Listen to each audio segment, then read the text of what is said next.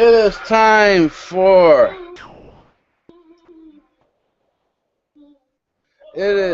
time for another edition of Live. And this time we're back at the library now. We're in the library. This is live from the library. Cyborg Alpha TV Network. My name is Dr. Daniel Karras. I'm well. I'm the creator of Cyborg Alpha TV, and we're doing a test so that we can see how things end up working out to go live in October. That's what we're working on now. So we're beginning off this season. Tonight's topic is a requested topic from our discussions on Twitcasting. It's government and conspiracy. So this is Talk Live. Feel free to join me at any particular point in time. We have some music playing in the background. The music in the background gives you kind of a hint of what my background is, so that you could kind of figure out. Here's the thing: all commentators, all broadcasters, all researchers, all journalists, no matter how unbiased they claim they are, all have their biases. And the more you know about the person's background, the more you can understand where the biases are coming from and what the biases might actually be. And this is how you approach issues that might be more problematic. So we're just beginning off. The announcement just went up, so I expect to be no viewers for a little bit. But we're here for a whole hour, here from 10 to 11 o'clock at night. And then from 11 till 12, we're going to be moving over to you now. And then from 12 to 1 o'clock in the morning, we're on Twitcasting. So you can follow us around. There will probably be a 5-10 minute break in between. So when I finish here on Google and I go to you now, there'll probably be about 5-10 minute break in between. And then the same thing at 11 o'clock, there'll be a 5-10 minute break. At 12 o'clock, when I go from you now to Twitcasting, 5-10 minutes in between. You now, the URL is younow.com/cyborg alpha. And for Twitcasting, it is, let me get the URL up here for you. It is us.twitcasting.tv cyborg_alpha TV, and I'll put them up in a post. I'll post them. I should be able to post now.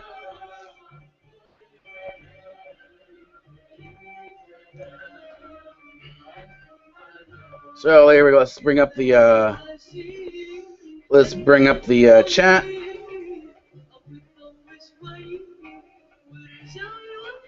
So we're in the chat right now. I'm gonna post this stuff up here so you can see it. There we go. Send it out. There are 2 URLs here. I said, so we got it up there. So if you want to find me after 11 o'clock, so let me just put the times up here.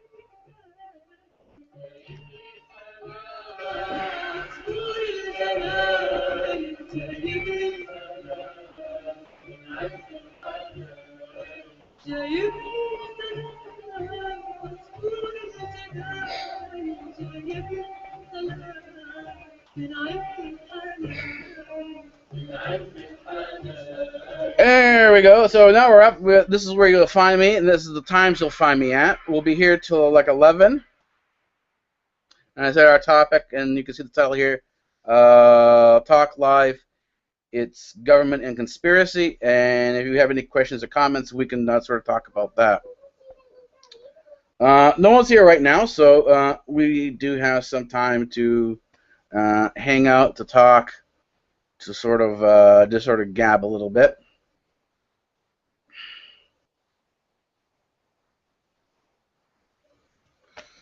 So, anyways, let's see. Oh, the song I chose is over.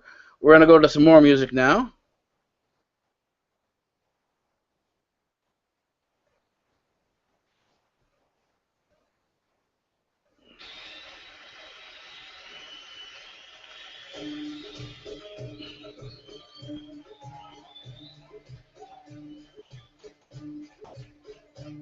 So, what are we gonna talk about tonight? We're gonna talk about conspiracy. We'll talk about Illuminati. We'll talk about Bilderberg, and we'll, in general, go into some of the history here. Primarily, when you're talking about government and Illuminati and Bilderberg, you're talking about European history. And European history is something that a lot of people don't necessarily consider because they assume that all history is, well, fundamentally European history. In other words, we see history, particularly if you're taught in Western schools, you see history through Western eyes, not through global eyes, through the immigrant's eyes. When you take the moment and start looking at history through the immigrant's eyes, or looking at what actually happened in history, the reality of what history is, in other words, once you go outside the textbook, the reality of what history is, how should I put this, is in many ways shocking. It's a shock to the system. For the very reason that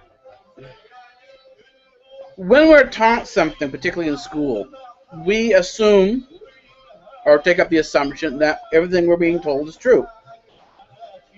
And the thing is, this is not always the case. Not everything that we are told is true. Not everything in the textbook is true.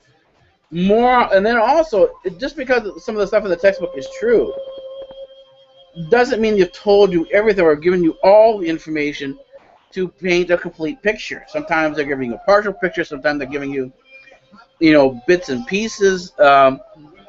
It's not enough in the textbook to really go out and say, let's say you've completed 2 years of university, you've gone into your history and say, I know history. No, you don't. What you know is textbook history.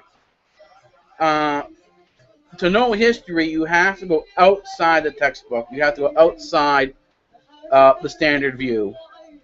And this is when, because most of the stuff that's really in history is not in textbooks, you have to know how to do library research. And so library research is one of the key things. And this is kind of, this is in line with the work that I do as a physicist, as a researcher. The quality of research that I do depends on the library that I build. So library science is key. Believe it or not, or unknown to most people, is that even research experiments, data, is that you gain from research is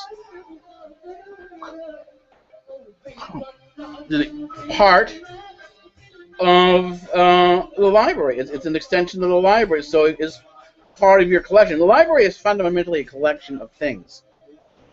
It could be anything. It can even be artifacts. It can be knowledge. The books in your library can be people.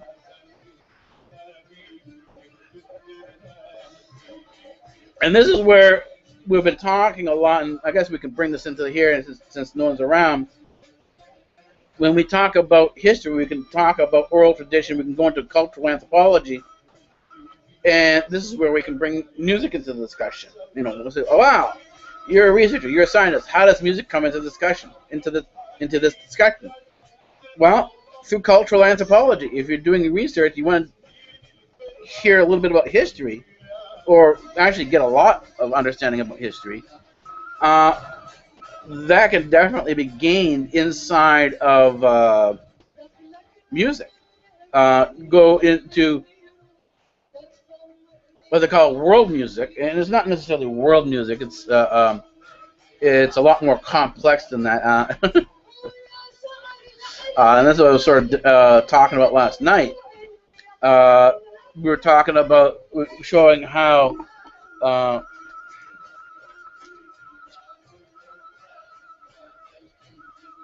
influences from the United States into Latin America mixed back and forth. We're showing how you know, Slash from Guns N' Roses was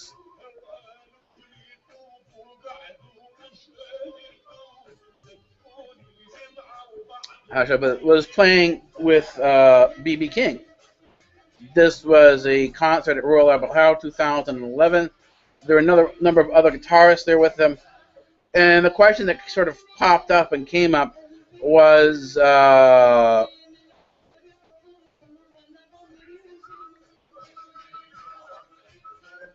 we were sort of watching this, was the quality of play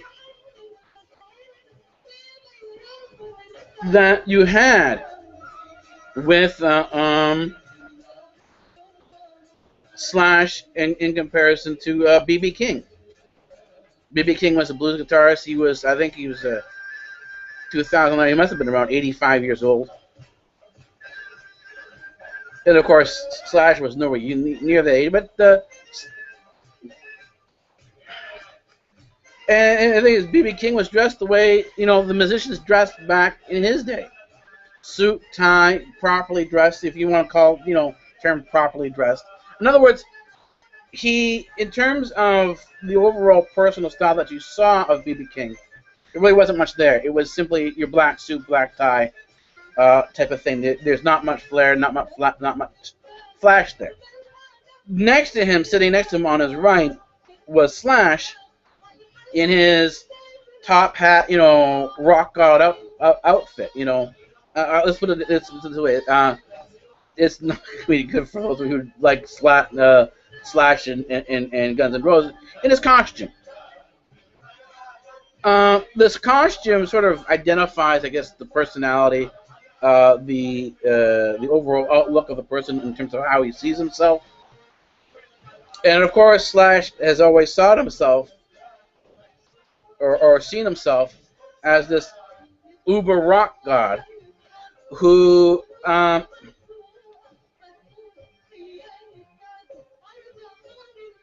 was at the top of his game. Well, he got up on stage and was sitting next to B.B. King, who particularly didn't have any style in terms of the way he was dressed. B.B. King started playing his guitar. I mean, and it was, well, B.B. King was a blues guitarist. You could hear the Delta blues in there. And if you ever heard Delta blues guitarists, and I played last night, I also played Muddy Waters, Elroy James, John Lee Hooker, and one of the where we got into this whole discussion, how we got up into Slash, is with a ZZ Top, who splits the genre once again. So anyway, Slash was next to B.B. King. B.B. King played a bit of the blues piece. Then came Slash's turn to play the piece or a section. Slash was lost. He just couldn't produce the sounds that this 85-year-old was able to produce on the guitar.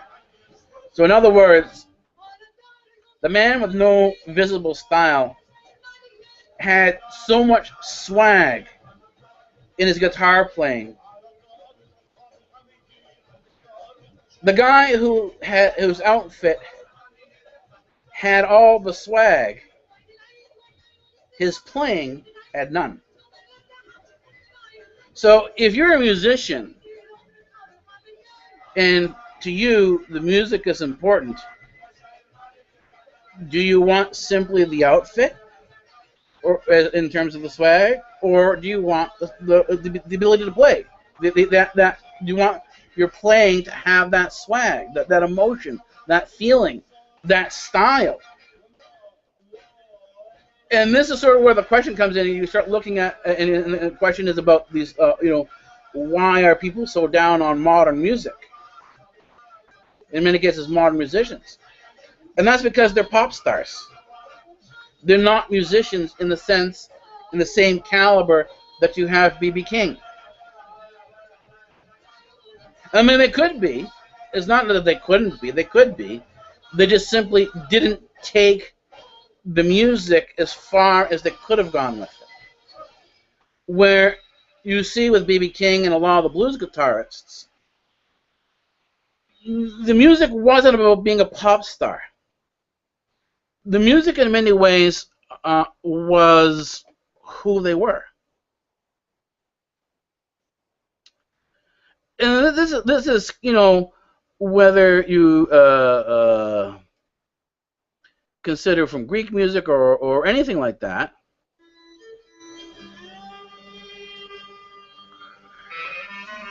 Or village music, or any musician who comes out of some of we'll call it the old school, where it's essentially, there's not going to be a larger audience there, and it's really about the music. It's about, the music is my experience, the music is my view of the world, the music is my story, my history, it's oral tradition. It's where I come from. And in many ways, it's a part of who I am. So in other words, when you're seeing me on stage playing the music, you're getting bits and pieces of who I am, my personality within the playing. There's a lot of me integrated with the music. When you're looking at music, and particularly musicians that call the pop stars from 1990 on, you're looking at somebody who is there primarily to be a pop star. It's about their stardom. It's about their image. It's about their worship. And it's about, the surface level entertainment. It really doesn't give you any depth or nuance to delve into. There's nothing there. And then this is what I think sort of bothered me about Linkin Park, watching Linkin Park, and on YouTube, when I did my YouTube stroll, I watched the Warped Tour. Most of the music that I've seen so far is devoid of any nuance, devoid of any individuality, devoid of any sort of what we call character or flavor. It kind of leaves. It's sort of like, well, yeah, I mean, you can slam dance to some of the stuff, like some of the people on the Warped Tour were slam dancing, but it just simply wasn't the same in terms of how it felt. And music it should have a feeling to it, anyways, from my perspective. If it's about the music, it's about the feeling, it's about the emotion that comes out of it, it's about your relationship to it. If in the music you have no relationship to the music, then it's simply that superficial entertainment. It's to pass the time. And in many ways, these festivals, I guess you would call them, like even Coachella and stuff like that. That's what it's about. It's more about the festival than it is about the music. I saw a lot of YouTubers go to Coachella, and it's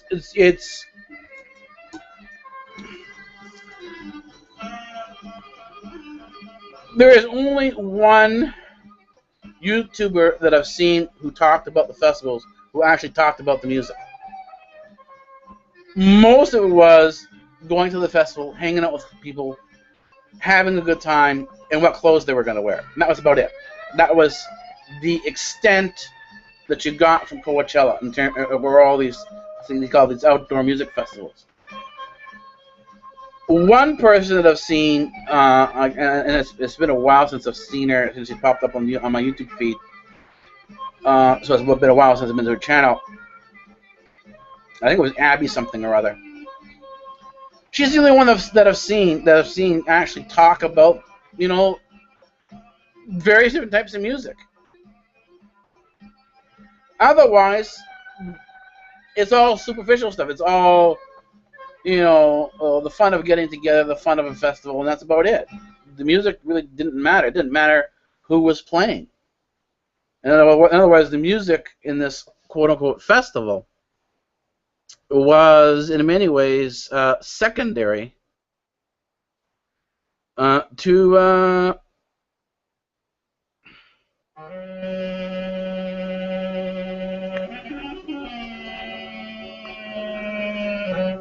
it was secondary to the event. Now, as I said, music has flavor, music has taste, and music in many ways has description. Like, if you're listening to the music that I'm playing behind here, if you can hear it, I know I've tested it at my parents' place on their Samsung big screen TV. It looks okay, just the sound is a little off. There's a lot of the background sound, the music can't be heard that well. But if you can, on my TV, I hear it perfectly well. And I've got a flat screen TV, but it's a Seiki. It's from Japan.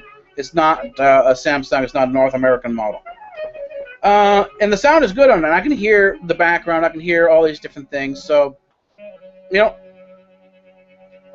you can hear the music behind me, this is the music from Iparos. It's from Greece. And Iparos is a very mountainous region. So this is mountain music. These are the shepherds, the goat herders. These are the mountain people. This is Greek mountain music. And you say, well, I thought Greeks were Europeans. The answer is no, they're not. They're not Europeans. They're actually Asians. Because they're actually, where they're situated, they're actually Asians. The Asian influence came that far. But, Europe wants Greece to be part of the European sphere. They want to have the ancient philosophers as their part of their history, part of their, their historical background. And so, well, if there are other people there are Asians there, well, these people, these Asians have nothing to do with the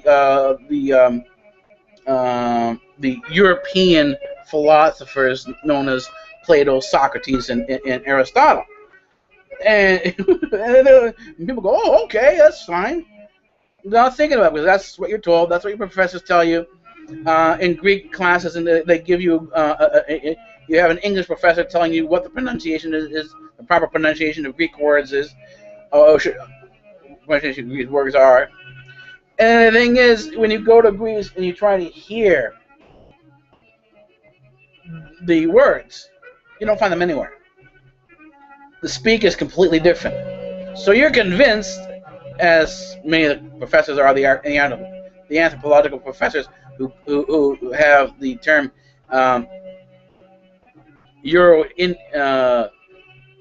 Indo-European language. These types of professors are, and I would say in the research, are kind of have these blinders on. They have these European blinders. They see things from the European perspective. And they're creating a European perspective. In that, what are they saying? They're saying that the people in Greece, these herders, the mountain people, aren't Greeks. Because they're not Europeans. They're something else. And so forth, and then they can't be related to the philosophers. But the problem with that is that if you're going to believe this,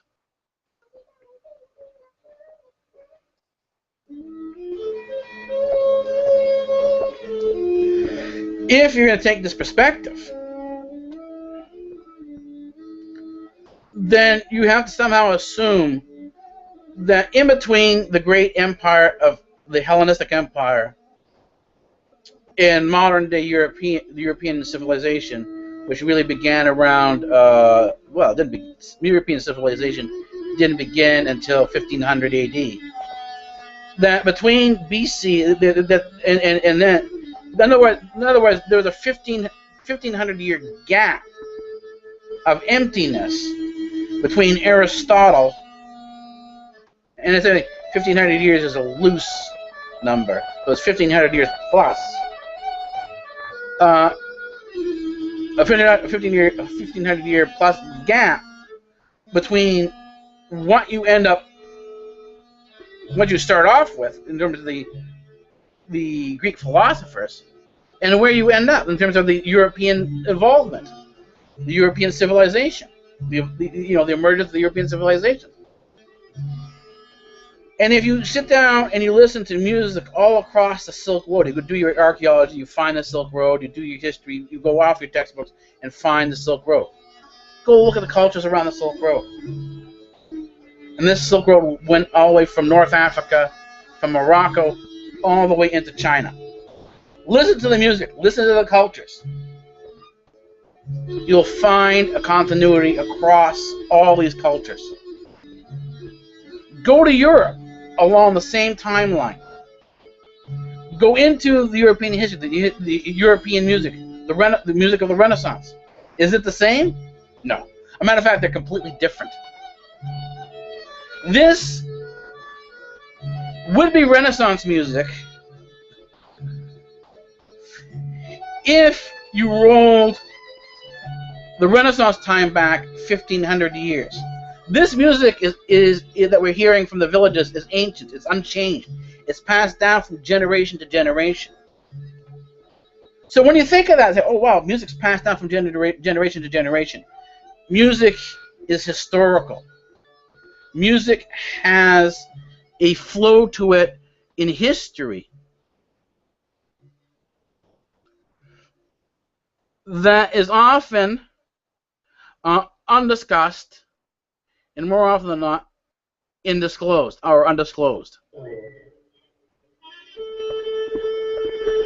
So let's try this out now.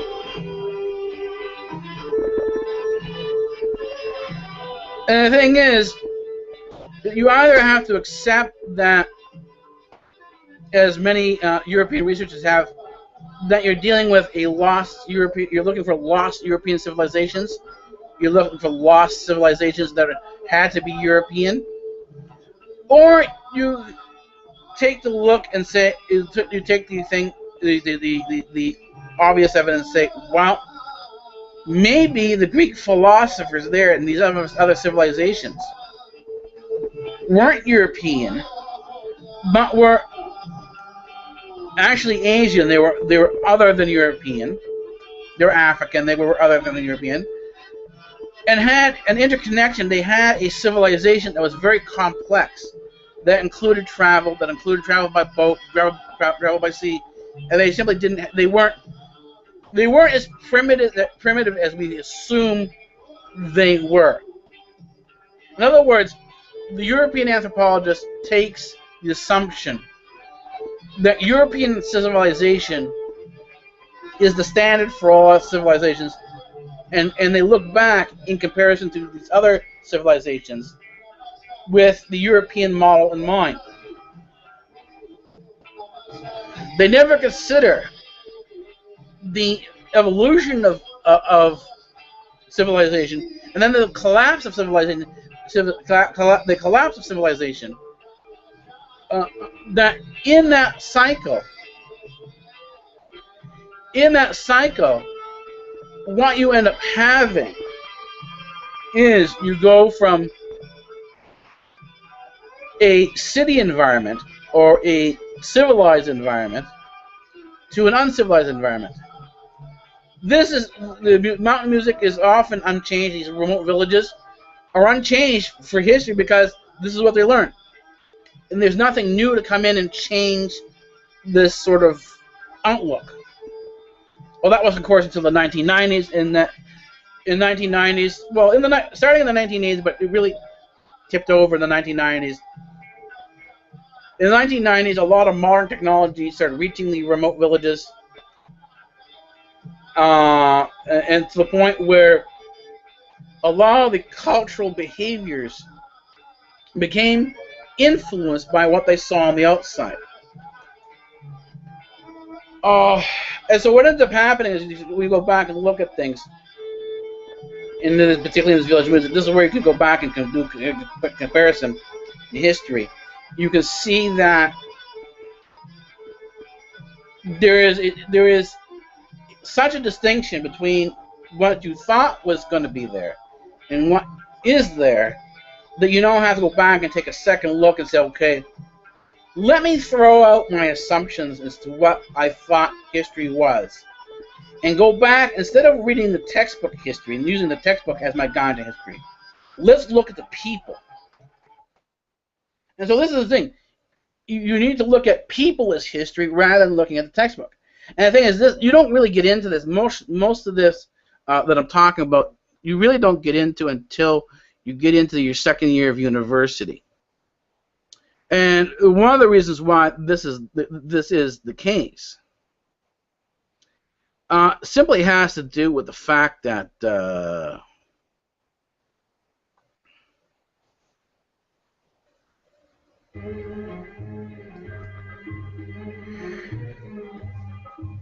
is not most social scientists, the engineers of society, as they would prefer to call themselves.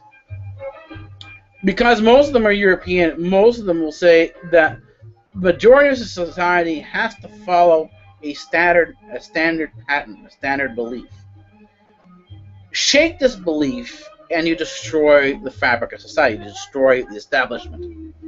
And because the establishment is terrified of them, usually get their advice from the social scientists and social engineers, they end up, in the end, seeking to destroy any history, any trace of history that does not agree with the official line, with the established line. In other words, the textbooks that you're reading in school are what you're supposed to be reading. This is the truth, and you should not and dare not go outside the textbook. Do this, and you are doomed. You are doomed. But you can go outside the textbook. There are ways to go outside the textbook, and one of them is through music. But unfortunately, you don't really get a chance to do that until you're basically in the second year of university. And it's in your second year of university where you make a decision where you're going to actually follow the standard path and go down the standard route, or you're going to make a break for it and get out of the standard university environment and begin open exploration, begin open research in the library. And that's what it basically is. It's research in the library. It's library research initially. And you allow that library research to initially establish a base. It takes 6 months in the library to establish a base, to get your desktop set up, to get your notes done, get maybe a laptop together or something like that. And then you go out. You leave the library. Go to a cafe and start watching people. Start listening to different types of music. Start off with something you like, and then look at the artist. Who is the artist? Who in the music that you like?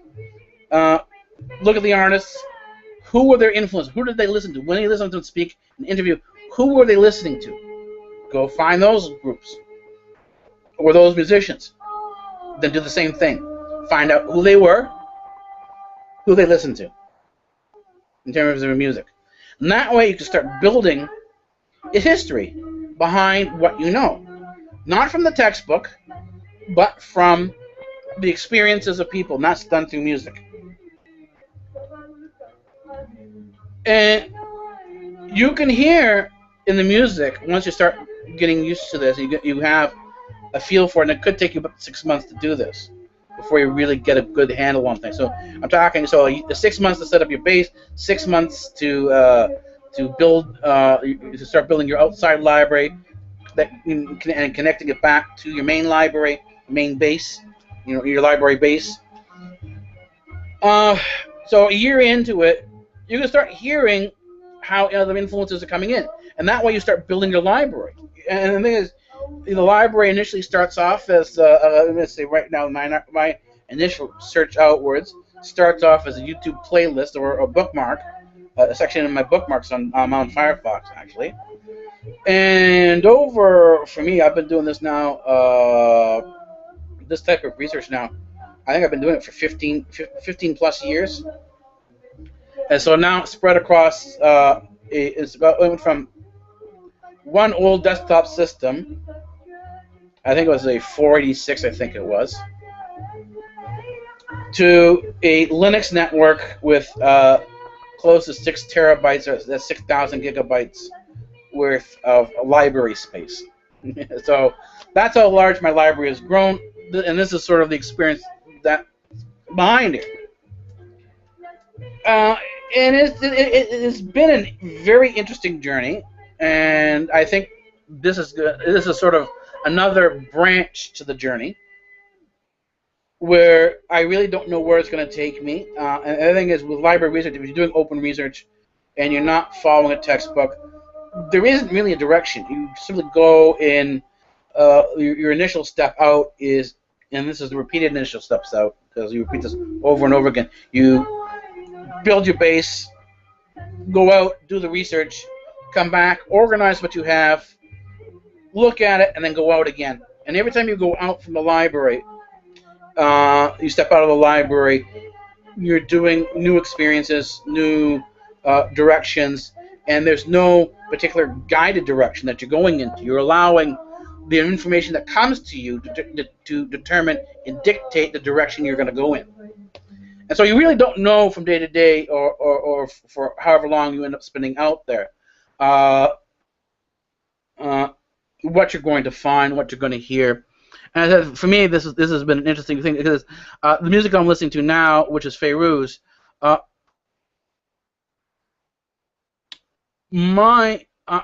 got a lot of this music.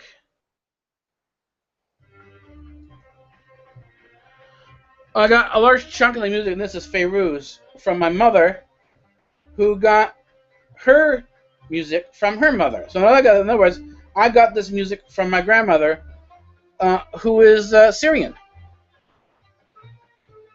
Right? And then I have music that came through my dad from his mom, who was we'll call it Turkish Greek. They're Greeks from Cappadocia. The main city and towns were basically Thessaloniki,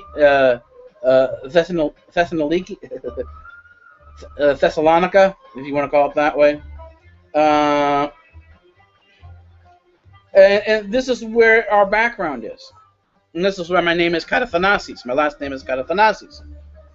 And it reflects the heritage that we're not European Greeks, although we do have the option to be European Greeks, and most of the family has become European Greeks. They've chosen to go to become American. They've chosen to become Americanized. And basically they have a Greek festival where they are Greek, and in other words, European Greek, for about 2 weeks of the year. That's their festival, and that's about it. My choice, more than a decade ago, was to leave the standard environment, and I went back down towards the village. I decided to take a look as I was doing the research. What I saw in the villages really interested me, and I began taking a serious look. And this is as I was building my research institute. I began taking a serious look at what these villages were. How did they operate? How did people survive in them? Because they were disconnected from everything. And the thing is, I was in a situation, and this is what I realized it 5 years into my adventure. And I basically started in 1989, so 5 years into the adventure, in 1994, I began realizing that my journey in open exploration, in my research institute, is not going to be an easy one, because I'm going down a path where very few people follow down this path. And most researchers tend to go with let's stay in school. They follow the standard path, and that way you get into a standard research institute and you follow the rules and you do the research that the institute allows you to do. And you don't go outside of that. You don't question outside of it. You say, well, research gives you a particular direction, and you say, okay, fine. And you work in that direction. You work within the walls of the institute, within the research institute. When I saw this, I realized it wasn't for me. I'm not a walled-in type of person, and I never was. So as I began, I had a very rough 5 years, the first 5 years with my research institute, because I had no idea what I was doing and didn't know where to go. And the thing is, the research institute, to create a research institute, you have to create a company, you have to create a corporation, and of course they tell you, of course, you set up a corporation, you go to the bank, you ask for a loan, you fill out these forms, and of course, what happens? What's your company about? How do you define your company? And this is when the look comes over my face, where I need to think a bit. How do you explain to somebody that you're doing open exploration that has no direction, that you're going fully into the unknown, and you have no idea where you're going, where you're headed, and what's going to come out of it? I mean, that's what open exploration is. This is the ultimate research environment. It's based on a library, but from the library, you go out there, you do open exploration. You build a base, and then you go out. I spent the first 5 years building my base. And the thing is, what I realized is that I couldn't wait for the loan people, for the bank people to say, okay. I realized that I had to start doing the work, the building my base, the library base, for the first 5 years, while I was waiting to see if I would get a loan or if they would ever understand what I was doing. And they never did. They never got to a point where they could understand what I was doing. They never could understand that my corporation, the company, was the theory itself. It was what I was. It was highly integrated within the theory. And because the theory changed a lot, and it was open exploration of the universe, it was, the best way to describe it is polymorphic. So, and the thing is, because corporations are citizens, and because they're defined as entities, you define your entity. Well, okay, what's your corporate entity? So I answered back. My corporate entity is my corporation is a polymorphic entity. And what you got was raised eyebrows, lots of confusion, lots of scratching their head. And, well, what's that? Well, it's a corporation that is polymorphic. It changes continuously. It doesn't have any one particular form.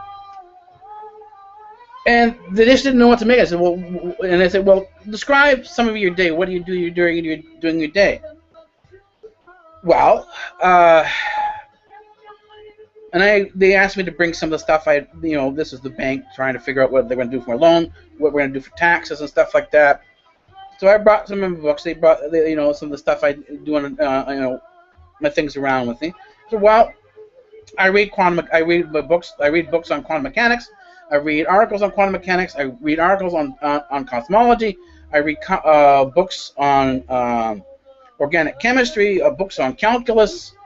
And this is sort of building the base so that as I'm doing this, I go out and do my exploration.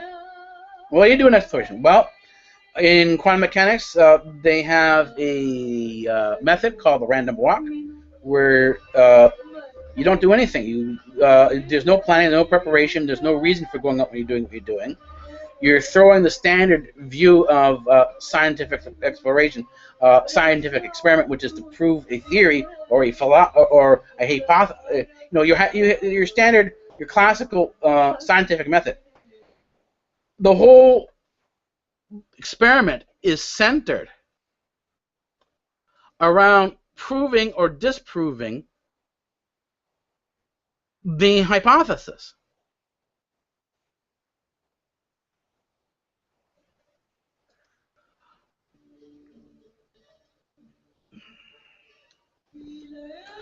In open exploration, particularly in quantum mechanics, because quantum mechanics opens up the door to a probabilistic universe, the hypothesis is then thrown out.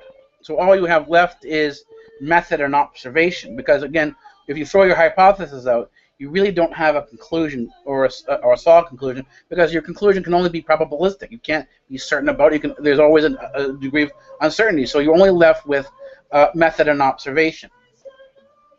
So this means you have no direction when you're going out. You're in the random walk. And after you've collected your observations, all you can do is sort them and organize them, read through them and see what you got, what you end up getting, and then from there, going out with some degree of an idea, but with no absolute total direction, and looking elsewhere. And particularly in the beginning, when you really haven't done much of this stuff, the experience of going out and looking for something new, or looking in new directions in terms of how to sort of get a grasp on what you're actually trying to do, which is understand the universe, really is daunting, and it was in some ways a very difficult climb up, because you don't see the progress within the first 5 years. It's not until you get past the first 5 years that you begin seeing some progress, but even then, it's still a very heavy weight. And the thing is that I showed them what I was doing. I showed them the physics I was working on, showed them the calculus that I was working on, and as soon as I got into the calculus, as soon as I got into the quantum physics, all I saw was their eyes roll back in their head like they were comatose. one of the tax accountants, or a tax lawyer, he said, "Oh God, I feel like I'm back in my first year of university. I hated calculus. I hate, It said, well, how do you plan to go about doing this? Well, I'm going to set up on the internet. I'm going to be fully visible, and I'm sort of going to fill around." And then the guy just bluntly said to me, "Look, your company, there is no definition for your company. We don't have any definition in law for your company. While your company does exist on paper, fundamentally it really doesn't exist anywhere. And no one is going to give you a loan based on this. You have to have something. You have to have some idea of where you're going. And of course, in this case, you don't, in order to give you a loan." And so that was it. That was the end of my lending experience. And as I said, at the end of 5 years, 1994, I realized that I was completely on my own, and that the only way to do what I wanted to do is to go take a look at see what my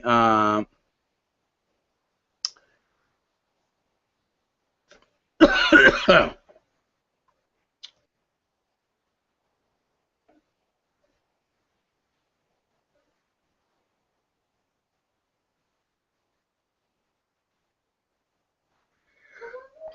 see what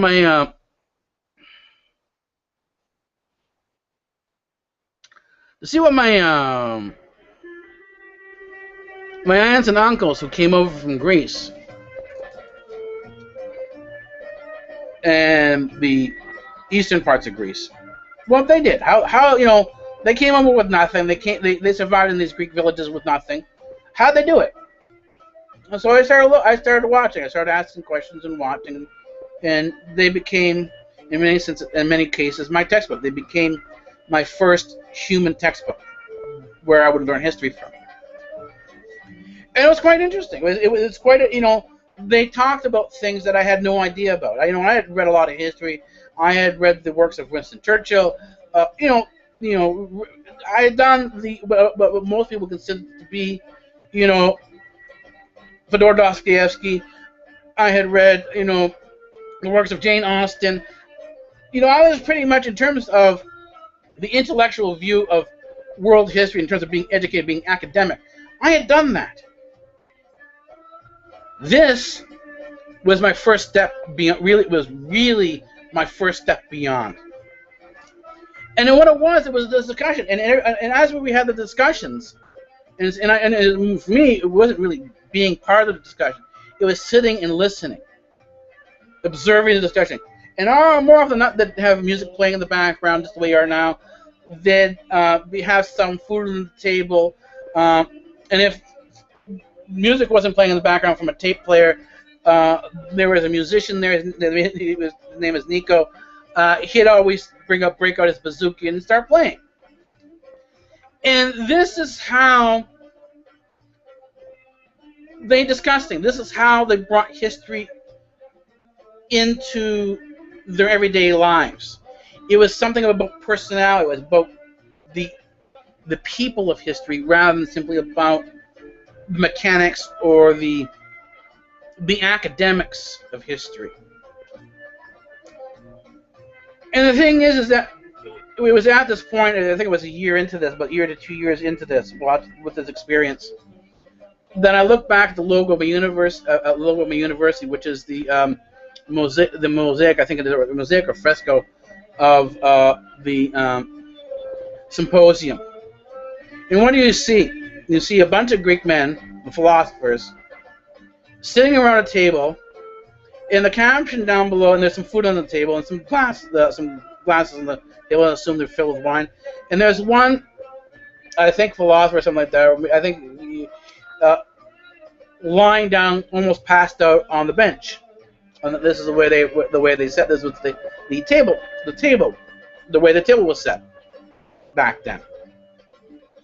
And the caption was that there was one of the senators, and this is the senators at the symposium. And he had passed out drunk. And looking at this and sort of reading the interesting caption, and began to realize this is what the Greeks did. This is what what was depicted in the mosaic was something that I had experienced as a kid, because we went out to people's houses on Sunday to have dinner, and all the men would sit around the table. And they'd have these raucous discussions on everything. They'd argue over everything. And as raucous and as animated as the discussion would get, and we call them discussions. The Greeks call them discussions. English people, the Canadian people who saw them, thought that these people were going and having a riot.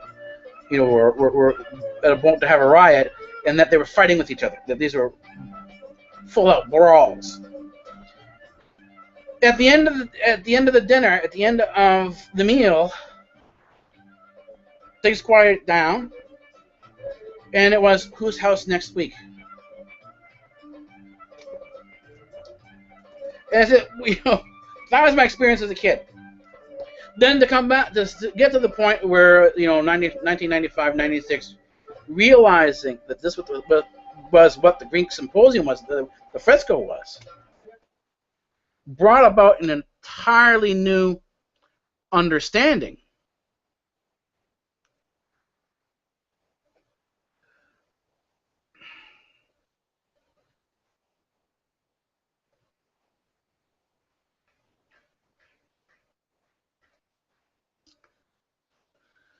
of history, because I realized none of this stuff was ever discussed in history.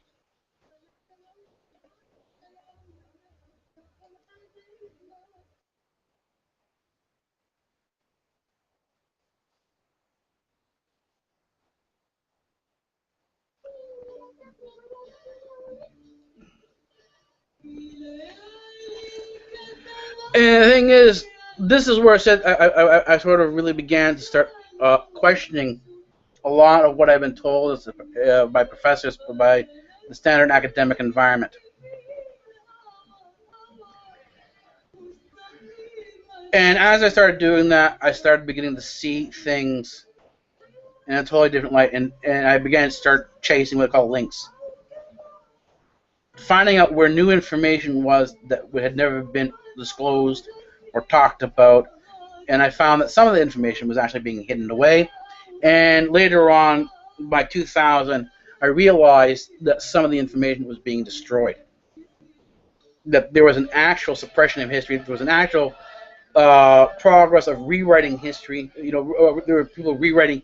There was people were in the progress of rewriting history, and this is sort of how I began to go outside a lot of what I was thinking about. And I said, while it initially didn't seem to have much to do with physics, eventually, once you get into things, you start looking at World War I, World War II, and the things you thought about.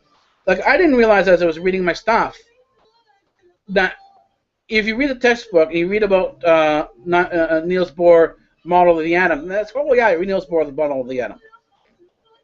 Read the research articles. We go and read the research articles and see what he did.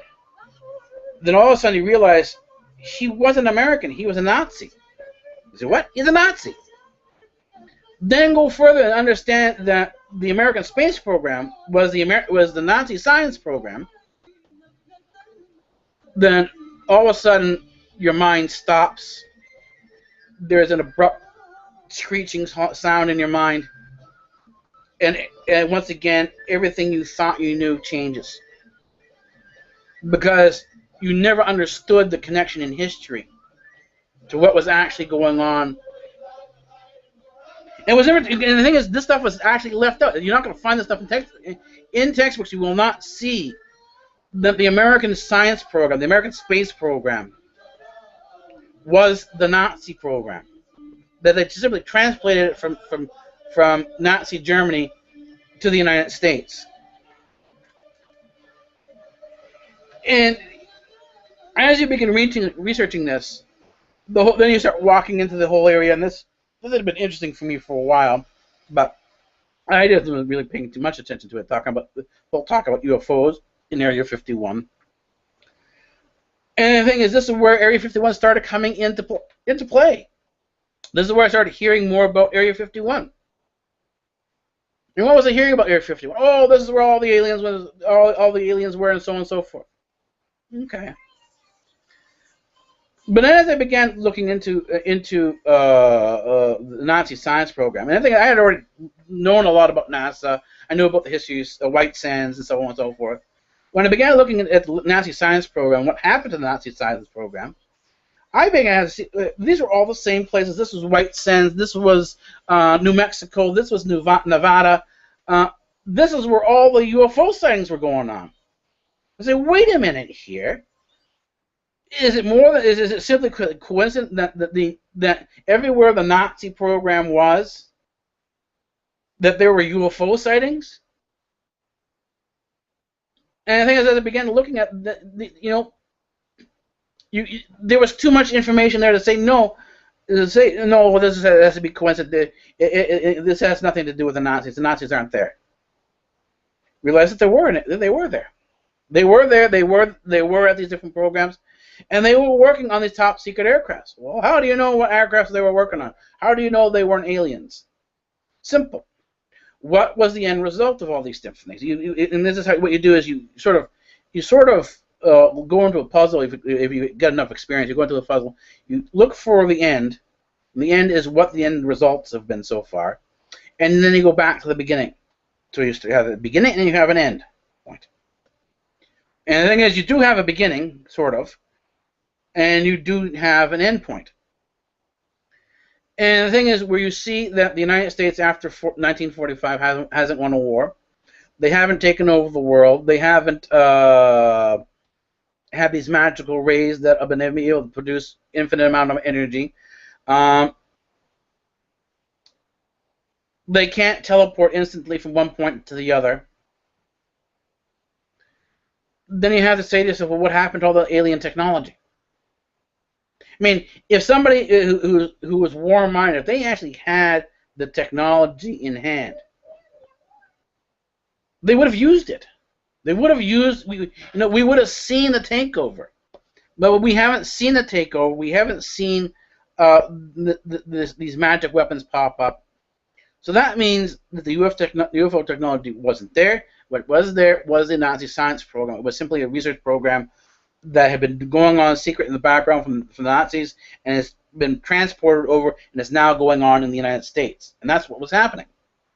And then from there, if you're a good physicist, you can actually work out within a certain degree of probability what's going on in there. What is the actual science that's going on back there? And this sort of leads you back into history again and into the politics to see how science and the development of R&D, because it goes now you have R&D in physics. You have R&D in physics all the way back to the late 1800s with Edison and Tesla. And Einstein. Einstein started work in the 1800s.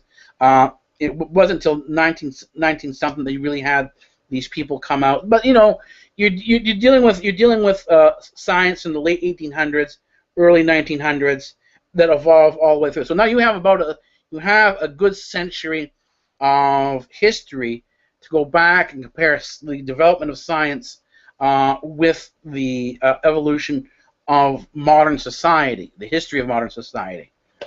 And a very interesting thing, and that thing is we're now going to go over to you now. We're going to continue the discussion over there. So if you want to follow along, if you have any comments, don't hesitate to ask. We'll say hi and yeah.